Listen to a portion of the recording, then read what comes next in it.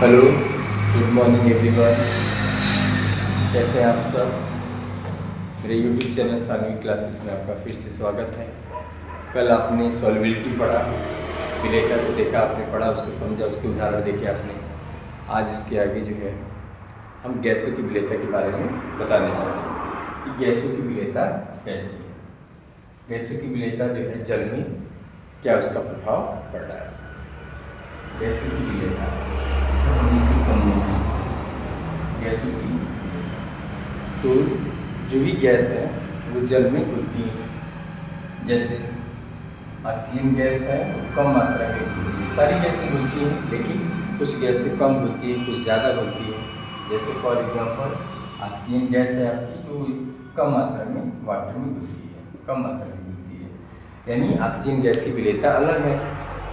अलग अलग गैसों की अलग अलग विलेयता है। ऑक्सीजन गैस कम घुली, वहीं पर अगर देखें आप बात करेंगे CO2 गैस, तो CO2 गैस ज़्यादा घुली होती है। तो फायदा किस गैस से आपको? ऑक्सीजन गैस से फायदा होना चाहिए। फायदा होता है जिससे जलीय जीवी जो है सर्वाइव कर सके, अच्छे से उसमें जल में रह सके। तो सभी गैसों की विलेयता अलग अलग होती है। ऑक्सीजन गैस की विलेयता अलग होती है, ऑक्सीजन गैस की विलेयता अलग होती है। तो ये जो विलेयता का मान आ रहा है, जो गैसों की घुलनशीलता का, ये गैस कम घुल रही है, ये गैस ज़्यादा घुल रही है, ये किस में डिपेंड करता है? तो ये आपके अवशोषण गुणांक पर डिपेंड करता है। अवशोषण गुणांक पर निर्भर कर रहा है कि अवशोषण गुणांक जो है, जिस गैस का अवशोषण गुणांक का मान जितना कम होगा वो गैस उतनी ही ज़्यादा मात्रा में घुलेगी। तो ऑक्सीजन गैस है वो कम घुल रही है जल में, CO2 गैस ज़्यादा घुल रही है। तो ये गैसों का जो है अलग अलग विलेयता अवशोषण गुणांक पर डिपेंड करता है। अवशोषण गुणांक यानी इसको इंग्लिश में बोलेंगे कोफिशिएंट एब्जॉर्प्शन कोफिशिएंट पर डिपेंड करता है। इस गैस का अवशोषण गुणांक कितना है, इस गैस का अवशोषण गुणांक ज़्यादा है, इस अवशोषण गुणांक का मान कम है, इस पर डिपेंड करता है, इस पर आपका निर्भर करता है। तो हम देखेंगे अवशोषण गुणांक के बारे में समझेंगे। अवशोषण गुणांक है क्या? तो अवशोषण गुणांक ये है, किसी निश्चित ताप पर तथा वायुमंडल दाब पर किसी विलायक की निश्चित मात्रा, किसी विलायक की निश्चित मात्रा के आयतन में घुली हुई गैस NTP और STP पर जो आयतन में घुली है उसे हम अवशोषण गुणांक कहते हैं, अवशोषण गुणांक कहा जाता है। तो हम देखेंगे कि गैसों की द्रव में विलेयता को प्रभावित करने वाले कारक कौन कौन से हैं, कि कौन सी गैस ज़्यादा घुली, कौन सी गैस कम घुली। तो अवशोषण गुणांक आपने देखा, आपको बताया गया कि हीलियम, जैसे हीलियम है, इसका एग्जाम्पल देखेंगे अवशोषण गुणांक का।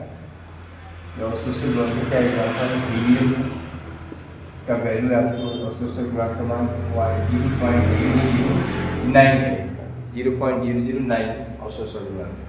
इसका अर्थ हुआ कि हीलियम गैस जो है एक निश्चित 25 डिग्री सेल्सियस ताप पर, हीलियम गैस 25 डिग्री सेल्सियस ताप पर और एक वायुमंडलीय दाब पर, 25 डिग्री सेल्सियस ताप और एक वायुमंडलीय दाब है पर 1 ml जल में H2O में 0.009 गैस। तो ये है कोफिशिएंट गुणांक का उदाहरण। जो हीलियम गैस का कोफिशिएंट का वैल्यू होता है 0.009 या का, तो ये उसकी डेफिनेशन है। कोफिशिएंट गुणांक पर डिपेंड करता है गैसों का घुलना। ओके, नेक्स्ट आप देखेंगे, नेक्स्ट है आपका, नेक्स्ट है कि जो है गैसों को विलेयता पर प्रभावित करने वाले कारक। गैसों की विलेयता को प्रभावित करने वाले कारक, गैसों की विलेयता को प्रभावित करने वाले कारक कौन कौन से कारक हैं जो गैसों की विलेयता पर प्रभावित करते हैं? फर्स्ट आप गैस का नेचर आपको प्रभावित करेगा, गैस की ये आपको प्रभावित करेगी। गैस की प्रकृति क्या है? जो गैसें जल में घुलकर आयनित होती हैं और जल से अपक्रिया करती हैं तो गैसें ज़्यादा घुलनशील हैं। फॉर एग्जाम्पल देखेंगे आप, जैसे आपका है HCl गैस है, ये आप जो है फॉर एग्जाम्पल है आपका, फॉर एग्जाम्पल HCl गैस है, इसको हमने वाटर में डिजोल्व किया, ये आपके हाइड्रोनियम आयन बना देगी और आपकी क्लोराइड आयन अलग रखेगी। तो ये HCl गैस आयनित हो जा रही है, इसलिए इसकी घुलनशीलता ज़्यादा है। अमोनिया गैस जल में घुलती है और अमोनियम हाइड्रोक्साइड बना देती है, NH4OH बना देती है, ये आयन में ब्रेक हो जाएगा, अमोनियम आयन अलग हो जाएगा और हाइड्रोक्साइड आयन अलग हो जाएगा। ये दोनों आयन आपके अलग अलग हो जाते हैं। तो ये दोनों ज़्यादा घुलनशील है क्योंकि ये जल से क्रिया कर रहे हैं और आयनित हो जा रहे हैं। जो गैसें आयनित होंगी जल में वो ज़्यादा घुलनशील होंगी। सेकेंड आप देखेंगे विलायक